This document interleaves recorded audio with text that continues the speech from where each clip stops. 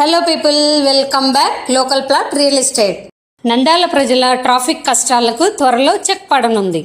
Guntur Guntakal railway doubling పనుల్లో భాగంగా జిల్లా కేంద్రం నంద్యాలలో 3, పాణ్యంలో మరొకటి రైల్వే ఓవర్ బ్రిడ్జిల నిర్మాణానికి రైల్వే శాఖ అనుమతులను ఇచ్చింది. ప్రతి రైల్వే ఓవర్ బ్రిడ్జిని టీ ఆకారంలో నిర్మిస్తారు.